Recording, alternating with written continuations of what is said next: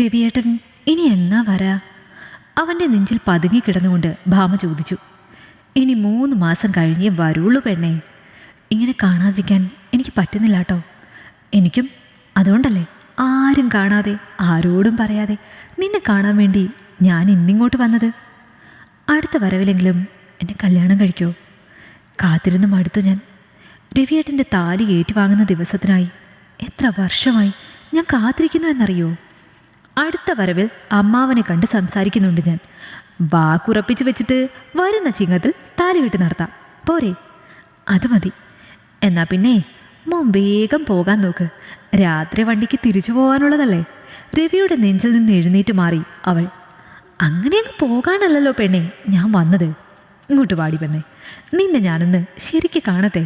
ഭാമയുടെ കയ്യിൽ പിടിച്ചു വലിച്ച് അവൻ അവളെ ഉറുമ്പടക്കം കെട്ടിപ്പിടിച്ചു. രവിയേട്ടാ വേണ്ട കേട്ടോ, ഞാൻ സമ്മതിക്കില്ല. ഒക്കെ കല്യാണം കഴിഞ്ഞു മതി. അതിനു മുമ്പ് ഒന്നും വേണ്ട. അച്ഛനും അമ്മയും വരുന്നതിന് മുമ്പ് വേഗം പോകാൻ നോക്ക്. അമ്മാവനും അമ്മായിയും ഗുരുവായൂർ കല്യാണം കൂടി രാത്രിയെ എത്തുള്ളെന്ന് നീ തന്നെയല്ലേ പറഞ്ഞത്? അതുവരെ എൻ്റെ ഭാമക്കുട്ടിയെ ഞാൻ മധ്യവരോളം ഒന്ന് കാണട്ടെ. ഭാമയുടെ അരക്കെട്ടിൽ ചുറ്റിപ്പിടിച്ചു അവൻ അവളെ ചുമരിലേക്ക് ചേർത്ത് നിർത്തി. പിന്നെ പതിയെ അവളുടെ കവിളിൽ ചുണ്ടമർത്തി. മെല്ലെ മെല്ലെ അവൻ്റെ ചുണ്ടുകൾ അവളുടെ മുഖത്തും കഴുത്തിലുമൊക്കെ പരതി നടന്നു. അവൻ്റെ താടി രോമങ്ങൾ അവളെ ഇക്കിളിപ്പെടുത്തി. മതി രവിയേട്ടാ, ഇതൊന്നും വേണ്ട കേട്ടോ, എനിക്ക് പേടിയാവാ. നിന്റെ രവിയേട്ടനല്ലേ ഭാമേ, എന്നായാലും നീ എനിക്കുള്ളതല്ലേ. ഇതൊന്നും ആരും അറിയാൻ പോകുന്നില്ല. അല്ലെങ്കിൽ തന്നെ നമ്മൾ കല്യാണം കഴിഞ്ഞാലും ഇതൊക്കെ തന്നെയല്ലേ ചെയ്യുന്നത്. നീ ഒന്ന് സമ്മതിക്കോളെ. രവിയേട്ടൻ എന്നെ കല്യാണം കഴിച്ചിട്ട് എന്ത് വേണോ ചെയ്തു. അപ്പോൾ നിനക്ക് എന്നെ വിശ്വാസമില്ല അല്ലേ? വിശ്വാസക്കുറവുണ്ടായിട്ടല്ല രവിയേട്ടാ, പേടിച്ചിട്ടാ. ഇതൊക്കെ തെറ്റാ. ആര് പറഞ്ഞു നിന്നോട് ഇതൊക്കെ തെറ്റാന്ന്? അമ്മ പറഞ്ഞു തന്നിട്ടുണ്ട്. കല്യാണം കഴിക്കാൻ പോകുന്ന ആളുമായി ഒരു തെറ്റുമില്ല പെണ്ണെ. ഇതൊക്കെ ഇപ്പം എല്ലാവരും ചെയ്യും. നീ 4 കെട്ട് വിട്ട് എങ്ങോട്ടും പോവാറില്ലല്ലോ. കോളേജിലും പഠിച്ചിട്ടില്ല. അതുകൊണ്ട് നിനക്കൊന്നും അറിയില്ല. എന്നോട് ഇഷ്ടമുണ്ടെങ്കിൽ മാത്രം നീ സമ്മതിച്ചാൽ മതി. അത്രയ്ക്ക് നിന്നെ ഇഷ്ടമുണ്ടായിട്ടാടി പെണ്ണെ. മോഹിച്ചു പോയി ഞാൻ. നിന്നെ കാണാതിരിക്കാൻ പറ്റാത്തത് കൊണ്ടല്ലേ ആരും അറിയാതെ ഓടി വന്നത്.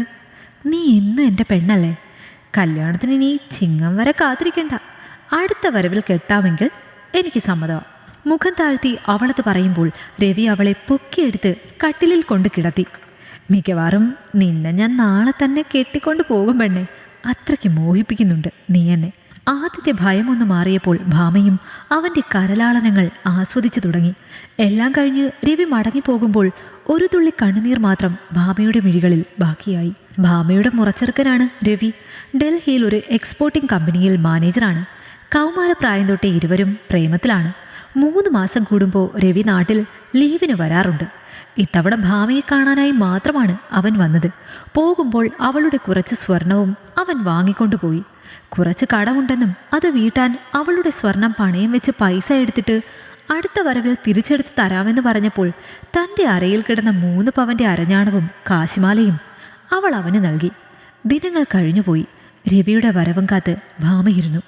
ഇടയ്ക്കിടെ വരുന്ന അവൻ്റെ ഫോൺ കോൾ മാത്രമാണ് അവൾക്ക് ഏക ആശ്വാസം. അതോടൊപ്പം മാസം 2 കഴിഞ്ഞിട്ടും ആർത്തവം വരാത്തത് ഭാമയെ ഭയപ്പെടുത്തി. താൻ ഗർഭിണിയായോ എന്നോർത്ത് അവൾ ഭയന്നു പോയിരുന്നു. എത്രയും വേഗം രവിയെ വിവരമറിയിക്കാൻ അവൾ ശ്രമിച്ചുവെങ്കിലും രവിയുടെ ഡൽഹി നമ്പറിൽ വിളിച്ചിട്ട് കോള് കിട്ടുന്നുണ്ടായിരുന്നില്ല. അതോടെ അവൾക്കാകെ വിപ്രാളമായി.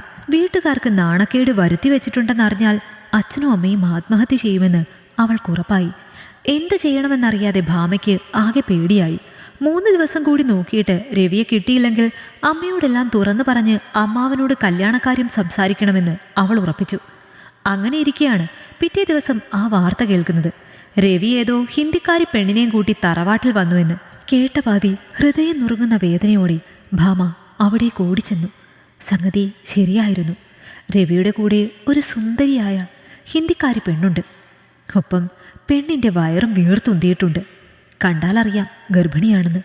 രവി കുറേ നാളായി അവൾക്കൊപ്പമായിരുന്നു താമസം. അവരുടെ ആചാരപ്രകാരം കല്യാണവും കഴിച്ചതാണ്.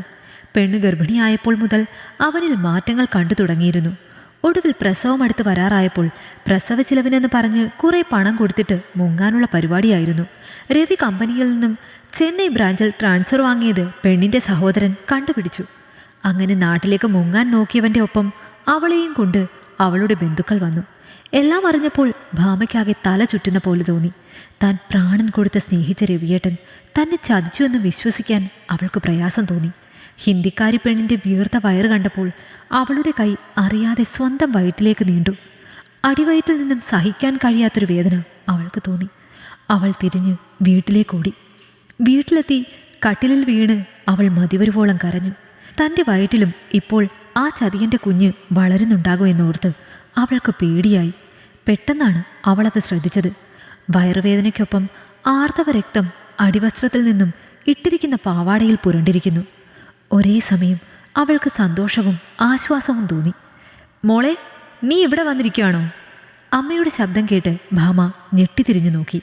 കരഞ്ഞു കലങ്ങിയ അവളുടെ കണ്ണ് കണ്ടപ്പോൾ അമ്മയ്ക്ക് കാര്യം മനസ്സിലായി.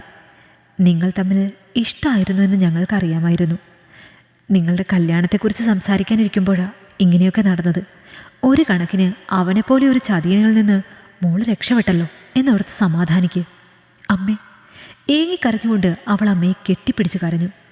തനിക്ക് സംഭവിച്ചതൊന്നും നഷ്ടങ്ങളല്ലെന്ന് സ്വയം സമാധാനിക്കാൻ ശ്രമിച്ചുകൊണ്ട് ഭാമ അമ്മയുടെ നെഞ്ചിൽ ആശ്വാസം കണ്ടെത്താൻ ശ്രമിച്ചു.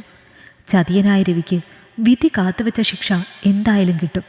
അതോർത്ത് താൻ ജീവിതം നശിപ്പിക്കാൻ പാടില്ലെന്ന് ഭാമ മനസ്സിൽ ഉറപ്പിച്ചു. ഈ കഥ നിങ്ങൾക്കിഷ്ടമായെങ്കിൽ ലൈക്ക് ചെയ്യൂ. നിങ്ങളുടെ അഭിപ്രായങ്ങൾ കമന്റായി രേഖപ്പെടുത്തൂ. കൂടുതൽ കഥകൾ കേൾക്കാൻ ഈ ചാനൽ സബ്സ്ക്രൈബ് ചെയ്യൂ.